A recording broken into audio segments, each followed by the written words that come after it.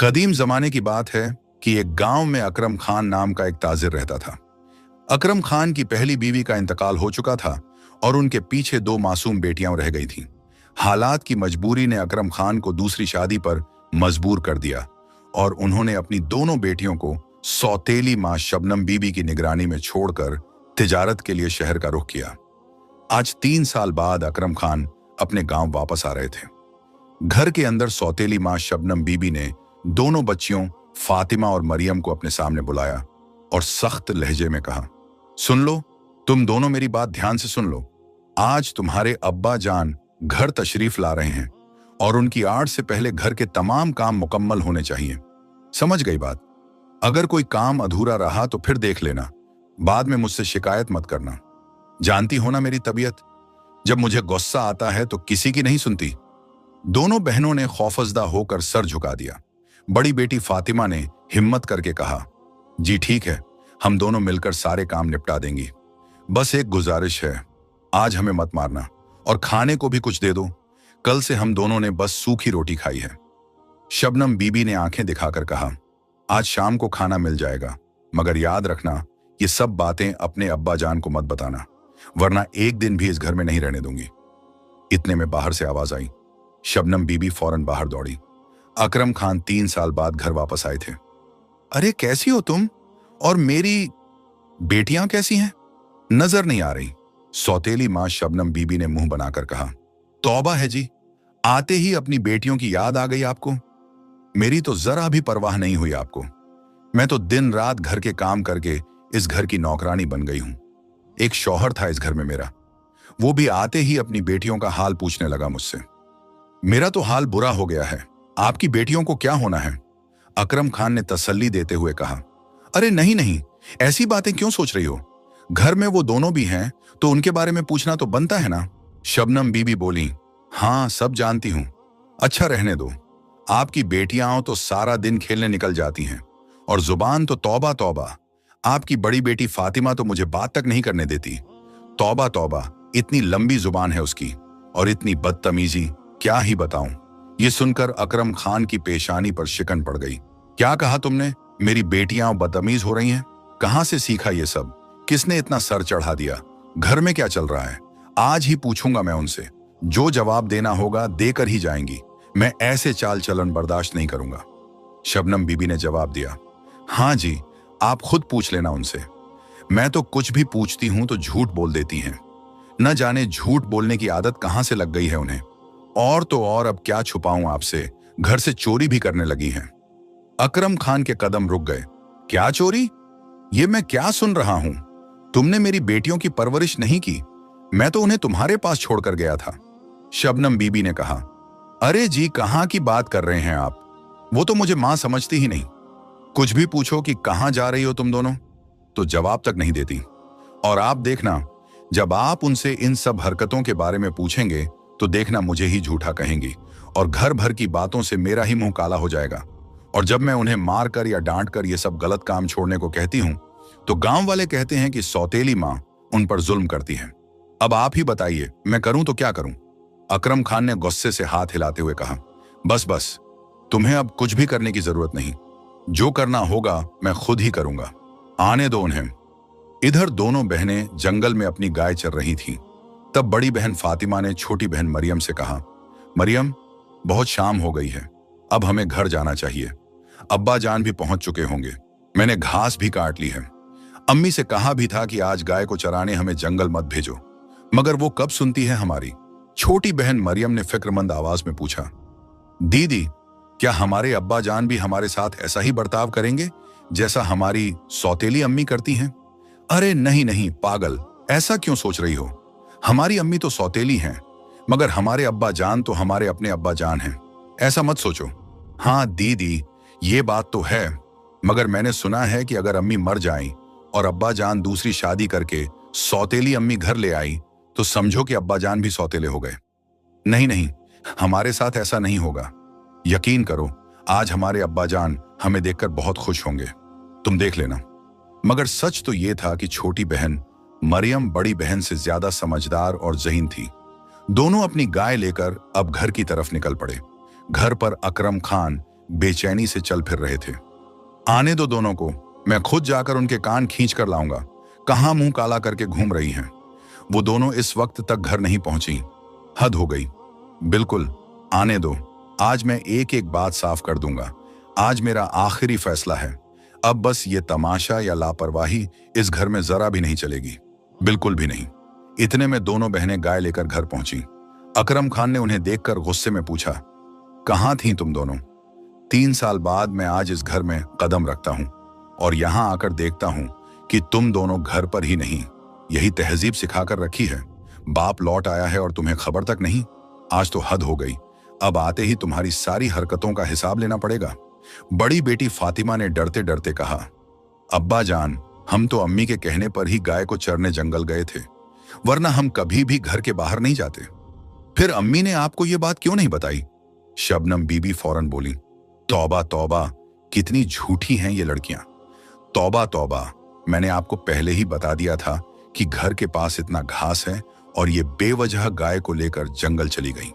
आजकल तो मैं हर रोज खुद ही गाय को चरने जाती हूं, मगर आज आपको दिखाने के लिए ये गाय लेकर जंगल चली गई थी। अब्बा जान, अम्मी झूठ कह रही हैं। छोटी बेटी मरियम ने रुक रुक कर रोते हुए मिन्नत की, अब्बा जान, हमने आज तक कभी अम्मी की इजाजत के बिना घर से बाहर कदम तक नहीं रखा। अम्मी, आप ऐसा क्यों बोल रही हैं? अब्बा जान को सच बता दीजिए ना। ये सुनकर अकरम खान ने सख्ती से हाथ उठाया। बस बस, खामोश हो जाओ तुम सब। अब जो फैसला करना होगा मैं खुद ही करूंगा। तुम दोनों अभी अपने कमरे में चली जाओ और सुबह तैयार रहना। मैं अपनी बेटियों को घुमाने ले चलूंगा और कल हम तुम्हारी फूफी के घर जाएंगे, ठीक है? ये सुनकर दोनों बहनों की आंखें खुशी से चमक उठी। क्या वाकई अब्बा जान? अब्बा जान, आप कितने अच्छे हैं। ये बात सुनकर फातिमा और मरियम दोनों बहुत खुश हो गईं और सुबह का बेसब्री से इंतजार करने लगीं। इधर सौतेली मां शबनम बीबी फिक्र में डूबी एक तरफ बैठ गईं और खुद से सरगोशियां करने लगीं। लगता है मेरे शौहर को मुझ पर शक हो गया है। ऊपर से ये मच्छर भी कुछ सोचने नहीं दे रहे। सुबह होने से पहले कुछ ना कुछ सोचना होगा। उसे ये खौफ था कि अब अकरम खान उसकी बातों पर यकीन नहीं कर रहा, इसीलिए वो अपनी बेटियों को सैर कराने ले जा रहा है। इसी फिक्र में वो पूरी रात सो नहीं सकी। जैसे ही सुबह हुई, इधर दोनों बहनें फातिमा और मरियम तैयार होकर अपने वालिद के पास चली गईं और दूसरी तरफ सारी रात न सो पाने की वजह से सुबह सवेरे सौतेली मां शबनम बीबी की आंख लग गई। इसी वजह से उसे खबर ही नहीं हुई कि उसका शौहर अपनी बेटियों को लेकर कब घर से निकल गया। अब्बा जान, हम दोनों फूफी के घर जाने के लिए तैयार हैं। हम अम्मी को बताकर निकलते हैं। अकरम खान ने कहा, नहीं नहीं, तुम्हारी अम्मी सो रही हैं, अभी उन्हें जगाना मुफीद नहीं। चलो, मैं तुम दोनों के लिए शहर से कुछ कपड़े लाया था, वो भी साथ ले चलते हैं। तुम लोग फूफी के घर कुछ दिन रहोगे तो काम आएंगे। ठीक है अब्बा जान, ये तो बहुत अच्छा रहेगा। फिर फातिमा ने खुशी से पूछा, अब्बा जान, आप भी हमारे साथ फूफी के घर रुकेंगे ना? अकरम खान ने जवाब दिया, हाँ, मैं भी तुम दोनों के साथ फूफी के घर कुछ दिन रहूंगा। चलो, अब बातें बहुत हो गई, अगर देर हो गई तो हम वहां पहुंच नहीं पाएंगे। ये कहकर अकरम खान अपनी दोनों बेटियों को लेकर घर से निकल पड़ा। न जाने उसके दिल में क्या चल रहा था। चलते चलते वो लोग घर से बहुत दूर निकल आए और जंगल की राह पर आ गए। छोटी बेटी मरियम ने घबराकर पूछा, अब्बा जान, हम कहाँ जा रहे हैं? इस तरफ तो फूफी का घर भी नहीं है। हम तो घर से बहुत दूर आ गए हैं। मुझे बहुत डर लग रहा है। आखिर हम जा कहाँ रहे हैं? अकरम खान ने कहा, जब तुम्हारा बाप तुम्हारे साथ है तो डरने की क्या बात है? तुम दोनों जरा रुको। उसने इधर उधर नजर दौड़ाई और कहा, यहां देखो, कितनी बेर की झाड़ियां हैं और उन पर कितने ज्यादा बेर लगे हुए हैं। मेरी बेटियों, मैं बहुत थक गया हूं। मैं यहां बैठता हूं। तुम दोनों मेरे लिए बेर तोड़ कर ले आओ। जब तक मैं खुद न बुलाऊं, तुम बेर चुनती रहना, ठीक है? छोटी बेटी मरियम ने खदशे से कहा, लेकिन अब्बा जान, शाम होने को है। अगर हम यहां और रुक गए तो रात हो जाएगी और हम जंगल में भटक जाएंगे। अकरम खान ने कहा, नहीं नहीं, हम बस पहुंचने ही वाले हैं। थोड़ा सा वक्त और लगेगा। तुम दोनों जाकर बेर चुनो। मैं इस पेड़ के नीचे बैठकर तुम्हारा इंतजार करता हूं। जब मैं तुम्हें बुलाऊं तो फौरन आ जाना। अपने वालिद की बात मानकर दोनों बहनें बेड़ चुनती चुनती आगे बढ़ गईं। मरियम को दिल ही दिल में कुछ शक हो रहा था, मगर अब्बा जान के कहने पर वह खामोश रही। इधर दूसरी तरफ अकरम खान ने बेटियों के जाते ही अपने हाथ में पकड़ी हुई लकड़ी जमीन में गाड़ दी और अपनी टोपी उतारकर उस पर रख दी। फिर वह इधर उधर देखने लगा। अचानक उसकी नजर एक बंदर पर पड़ी। अरे अरे, ये तो बड़ा जबरदस्त तरीका है। अब यही बंदर मेरा काम करेगा, मगर उसे जरा लालच देना पड़ेगा। हाँ, बंदर का पसंदीदा खाना केला यही काम आएगा। अकरम खान ने बंदर को अपनी टोपी पर बिठाया और उसे केले देते हुए खुद घर की तरफ चल दिया। बंदर केला खाते हुए आवाज लगाता रहा, चुनो बेटियों, बाप खड़ा है। चुनो बेटियों, बाप खड़ा है। बड़ी बहन फातिमा ने कहा, देखो मरियम, अब्बा जान की आवाज आ रही है। वह हमें और बेर चुनने को कह रहे हैं। चलो, जब तक वह कह रहे हैं हम चुनती रहती हैं। दोनों बहनें काफी देर तक बेर चुनती रहीं और इधर बंदर भी आवाज लगाता रहा। जब बंदर ने आखिरी केला खा लिया तो एक केले का छिलका नीचे गिर गया और बंदर एकदम खामोश हो गया। अब दोनों बहनों ने महसूस किया कि अब्बा जान की आवाज आना बंद हो गई है। मरियम ने घबरा कर कहा, फातिमा आपा, अब्बा जान की आवाज नहीं आ रही। लगता है वह हमें वापस बुलाना चाहते हैं। बहुत देर हो गई है, अब तो रात होने को है। दोनों बहनें दौड़ती हुई उस जगह पहुंची जहां पेड़ के नीचे उनके वालिद बैठे थे, मगर वहां अपने वालिद की जगह एक बंदर को बैठा देखा। ये मंजर देखकर दोनों को सब कुछ समझ आ गया। मरियम की आंखों से आंसू बहने लगे। फातिमा आपा, आप सच कहती थीं। हमारे अब्बा जान हमें इतनी दूर जंगल में छोड़ने ही आए थे और वो हमें छोड़कर चले गए। अब हम क्या करें, कहां जाएं? फातिमा ने हिम्मत बांधते हुए कहा, मुझे तो पहले ही शक था, मगर अब रोने से कुछ नहीं होगा। अब हमें अपनी मदद खुद करनी होगी। आओ, आज रात गुजारने के लिए कोई ठिकाना तलाश करते हैं। कोई शहजादा हमें महल में लेकर जाने नहीं आएगा। चलते चलते दोनों बहनें एक झोंपड़ी के पास पहुंची। फातिमा ने हैरत से कहा, मरियम, यहां तो चूल्हा भी है। लगता है यहां कोई रहता है। अंदर चलकर देख लेते हैं। मरियम ने डर से कहा, ऐसे ही अंदर जाना ठीक नहीं, कहीं किसी और मुसीबत में न फंस जाए। मगर अगर हम सारी रात इस घने जंगल में रहें तो जंगली जानवर हमें नुकसान भी पहुंचा सकते हैं। आखिरकार हिम्मत करके दोनों अंदर दाखिल हो गईं। झोंपड़ी खाली थी। ये देखकर वे मुतमईन हो गईं और वहीं रात गुजारने लगीं। यूं वक्त गुजरता गया। दोनों बहनें जंगल से फल लाती, बाजार में बेचती और उसी कमाई से अपनी जरूरतें पूरी करती। देखते ही देखते कई साल गुजर गए। अब दोनों बहनें जवान हो चुकी थीं और इतनी खूबसूरत थीं कि जो भी उन्हें देखता देखता ही रह जाता। एक दिन मरियम ने कहा, फातिमा आपा, आज मैं जंगल थोड़ा दूर तक जा रही हूं ताकि ताजा फल ला सकूं। बाजार में अच्छी कीमत मिलेगी। मेरे आने तक आप खाना बना लेना। फातिमा ने जवाब दिया, लेकिन मरियम, मुझे भी आज बाजार जाना है और घर का राशन लाना है।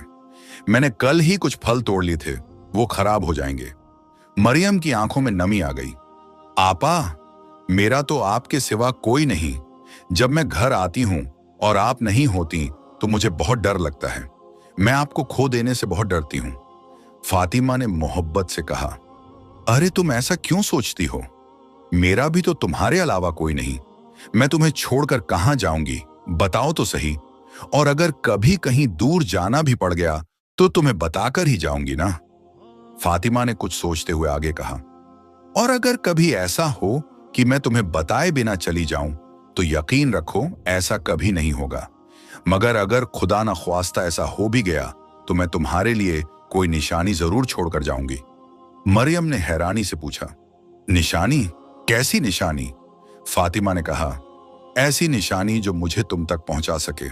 खैर, इस पर फिर कभी बात करेंगे।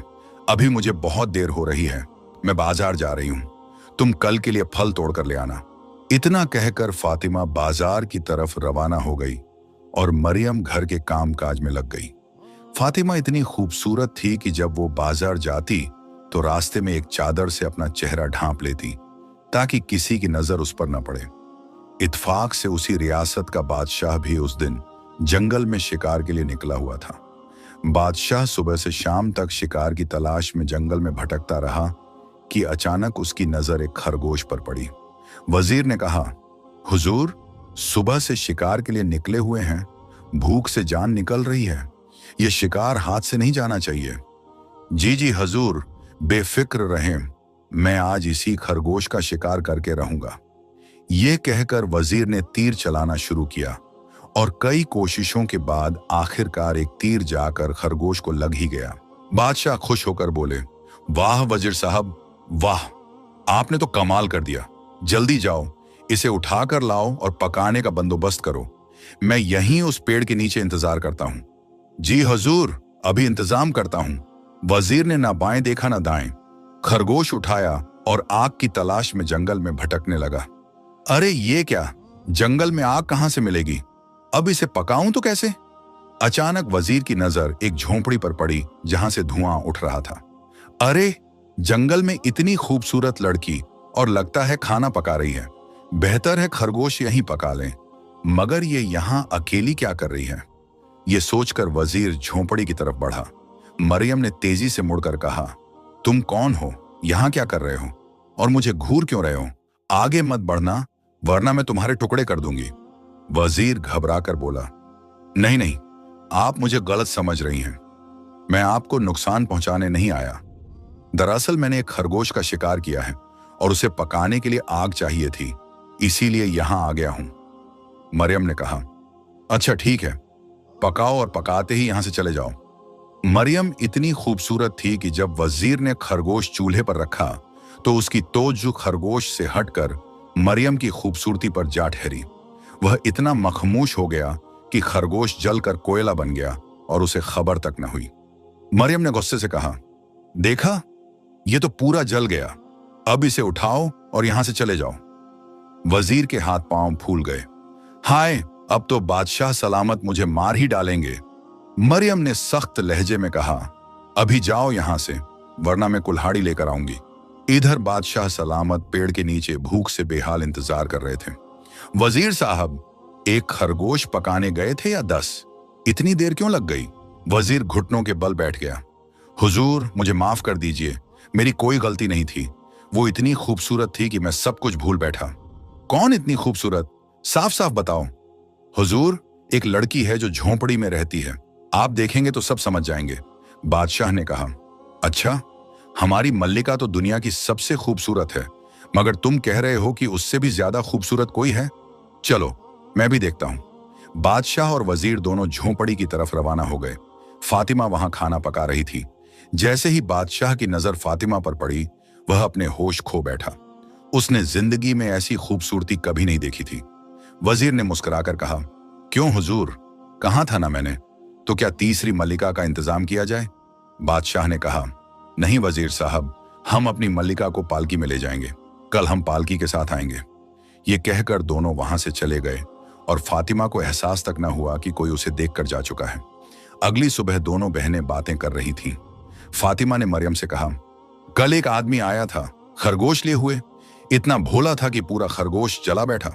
मरियम ने कहा, आपा, मैं आज जंगल जा रही हूं, शाम तक आ जाऊंगी। दरवाजा अच्छी तरह बंद रखना, किसी के लिए मत खोलना। मरियम के जाने के बाद फातिमा अकेली रह गई। थोड़ी देर बाद उसे घोड़ों के सुमों की आवाज सुनाई दी। वह बाहर निकली तो देखकर हैरान रह गई। फातिमा की बारात उसके दरवाजे पर खड़ी थी।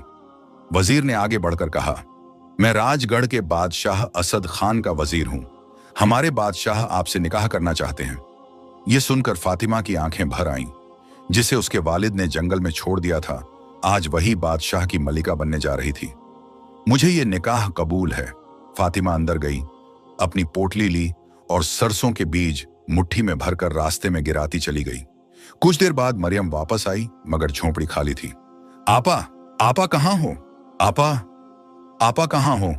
मरियम की आवाज जंगल में गूंजती रही, लेकिन हर तरफ सन्नाटा था। 2 दिन गुजर गए, फिर एक रात तेज बारिश हुई। अगली सुबह जब मरियम की आंख खुली तो उसने देखा जमीन पर सरसों के पौधों की एक सीधी लकीर बनी हुई थी, जैसे किसी ने रास्ते की निशानी छोड़ी हो। मरियम समझ गई, उसकी आंखें भर आईं। वह बोली, आपा मुझे छोड़कर नहीं गई थी, ये निशानी मेरे लिए छोड़ी गई है। यह कहकर मरियम उस रास्ते पर चल पड़ी। वह चलती रही और काफी दूर निकल आई। तभी उसने देखा कि यही रास्ता एक बादशाह के महल की तरफ जाता है। जैसे ही मरियम महल के बाहर पहुंची, उसका शानदार स्वागत किया गया, क्योंकि आज महल के बाग में सरसों के फूल उग चुके थे। उन्हें देखकर फातिमा पहले ही समझ चुकी थी कि उसकी बहन आज जरूर आएगी। जैसे ही फातिमा की नजर मरियम पर पड़ी, वह बहुत खुश हो गई। दोनों बहनें एक दूसरे से लिपट गईं और देर तक रोती रहीं। इसके बाद फातिमा ने अपनी बहन मरियम की शादी वजीर से करवा दी और फिर दोनों बहनें सुकून और खुशी के साथ महल में रहने लगीं। जिन दो बहनों को कभी बेकार समझकर जंगल में छोड़ दिया गया था, वही दोनों बहनें आज महल की शान बन चुकी थीं। अगर आपको आज की ये कहानी पसंद आई हो तो हमारे चैनल को जरूर सब्सक्राइब करें।